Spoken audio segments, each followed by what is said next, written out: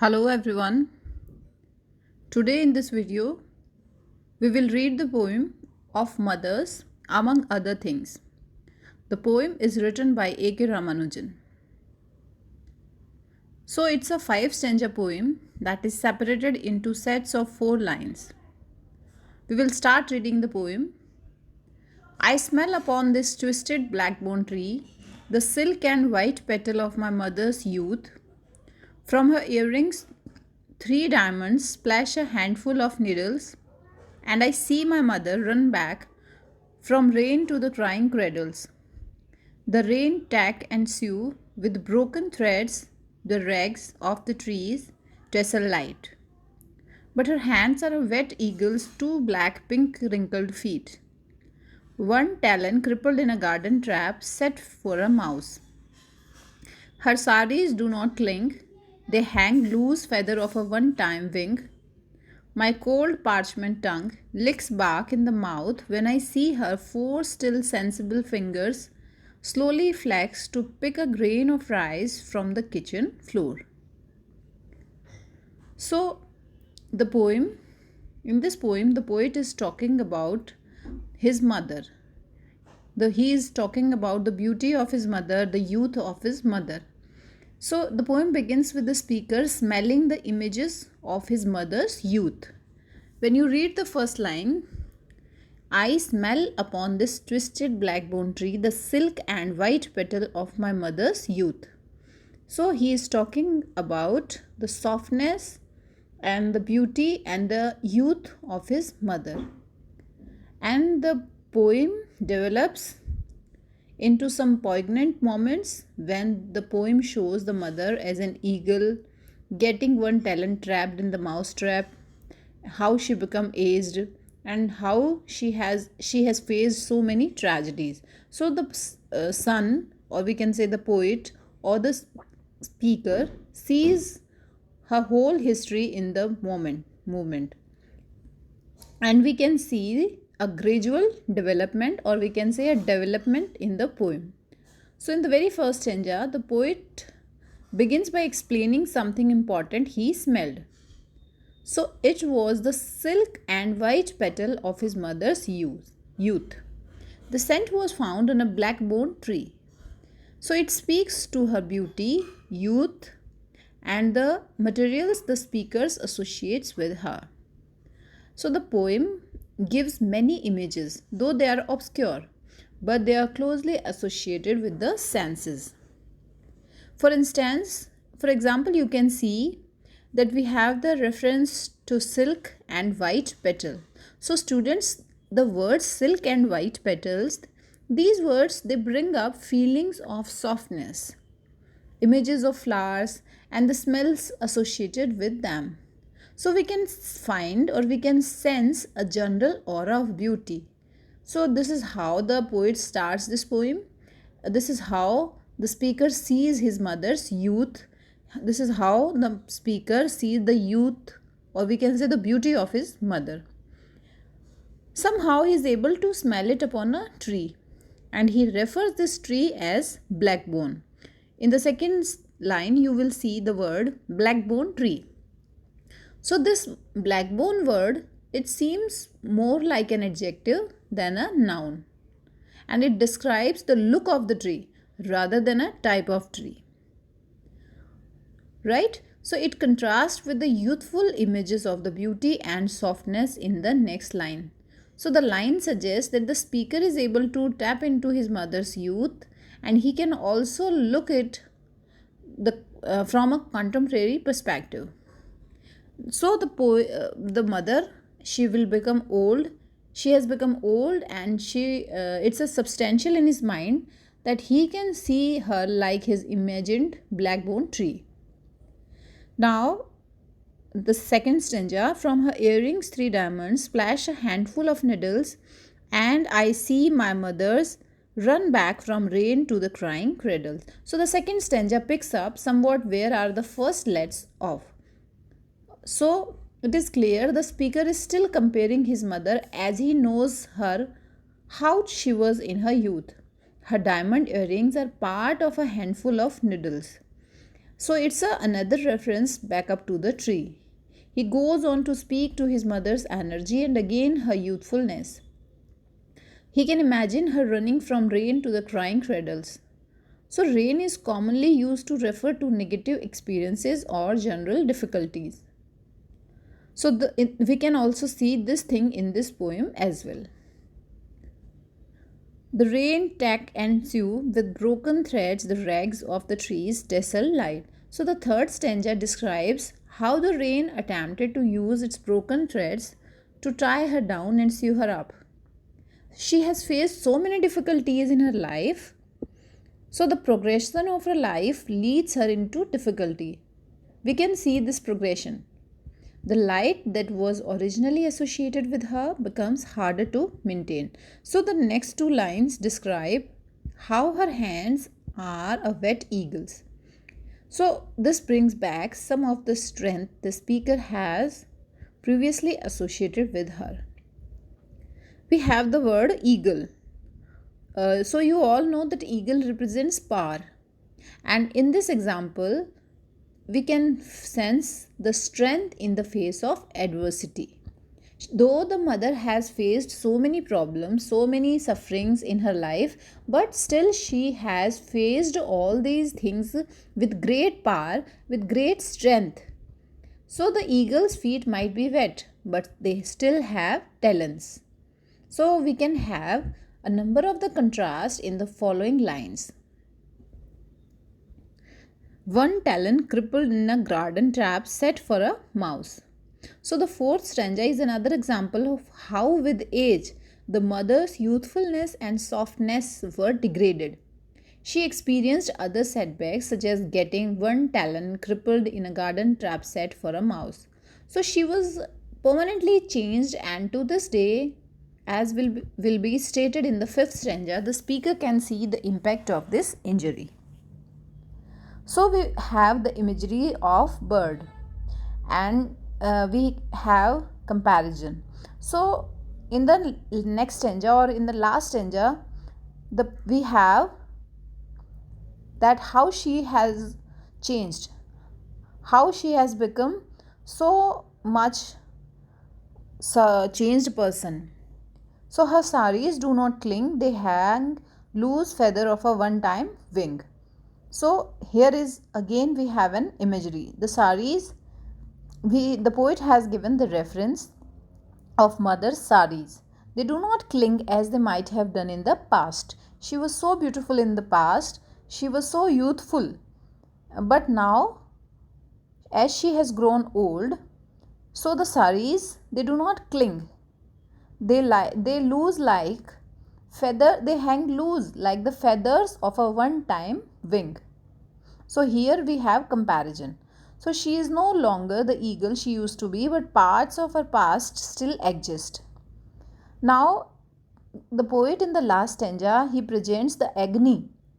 If you read the line, my cold parchment tongue licks the bark in the mouth when I see her four still sensible fingers slowly flex to pick a grain of rice from the kitchen floor. So it brings the description of the mother around to the speaker himself. He speaks of his own cold parchment tongue. So there is a strangeness to this image, and we can say that he again taps into the reader's senses to explain how he feels when he sees his mother's four intact fingers. So all the images of the previous stanza, they come together to depict the mother in her current older state, reaching down to pick a grain of rice from the kitchen floor. So how we can find or how we can see the whole history in this movement, from her silken soft youth to the rainy troubles, and again her aging years to her current sensible existence. So we can see a development, a kind of movement from the first stanza to the last stanza. In the first stanza, we can see the silken soft youth and beauty of the mother, and in the mid session, or we can say in the mid part of the poem, we can find the rainy troubles or the difficulties that she has faced in her life. And in the last stanza, depicts the aging years to her current sensible existence. So now we will discuss some of the literary technique of the poem.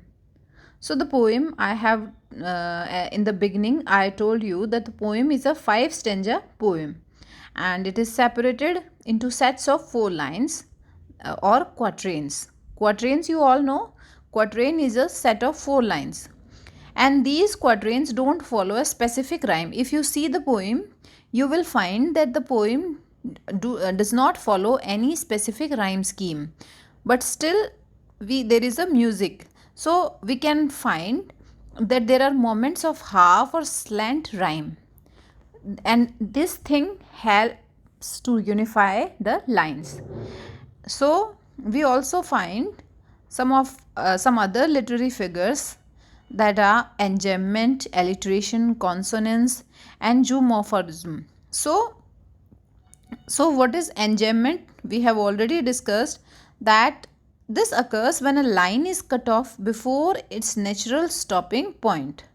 Read the line when you see that the rain tack and sue. Here the line does not end, right? So the line is cut off before its natural stopping point. It forces a reader down to the next line and to the next quickly. So we are forced to move forward in order to comfortably resolve a phrase or sentence. So this is called enjambment. So we can see another figure of speech. We have alliteration here.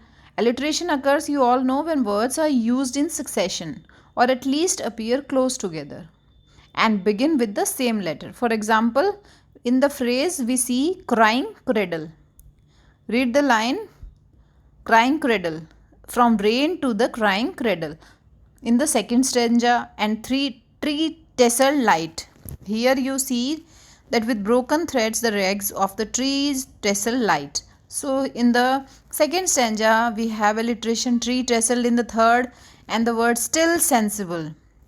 In the last, read the line, I see her 4 still sensible fingers. So here we have alliteration. So again we have consonance, we have assonance, and again we have zoomorphism. What is zoomorphism? So it's another figure of speech when a person is given animal characteristics. So the mother is given the characteristics of eagle. So it's another figure of speech that is introduced in this poem.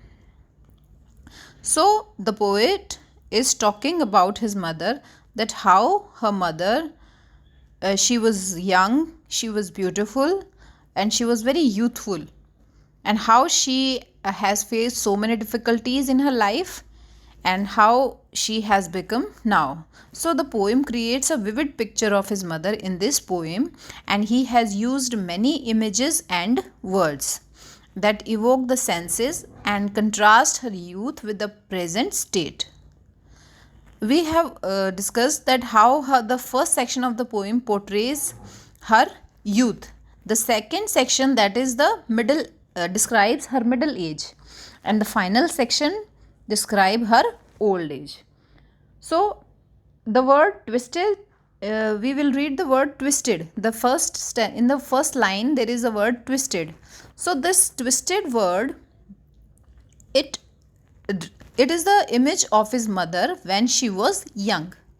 The word twisted suggests the tree is now old like his mother and was probably tended by her when it was a young tree.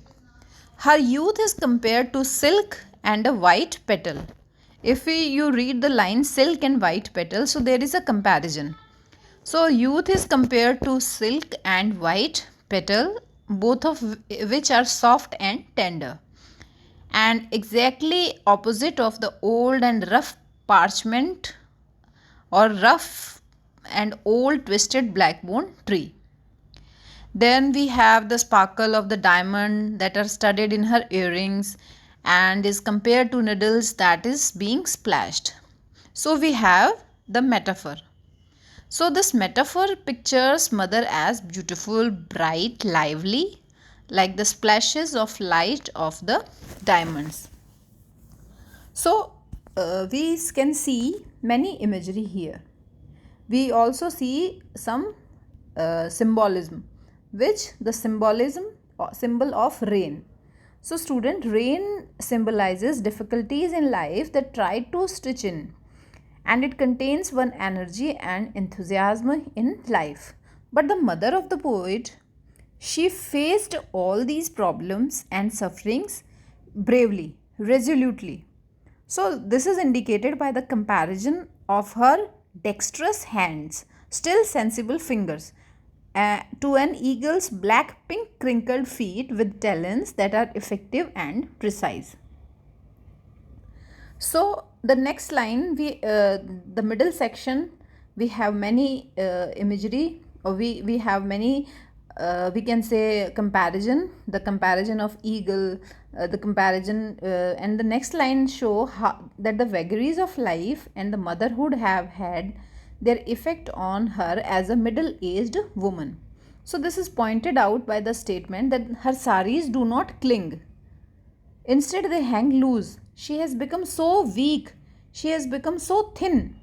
So, again, we have metaphor. What is metaphor? Metaphor is a comparison that is not stated directly. And in the metaphor, the poet does not use the words like and as. So, we have the metaphor loose feather of a one time wing. And in the final stanza, the poet, he is stating the last stage, or we can say the old age of the mother. So this shows that she is still mentally agile, though physically weakened, and is in charge of the affair of the house. She is still working. How she is picking a grain of the rice from the kitchen floor.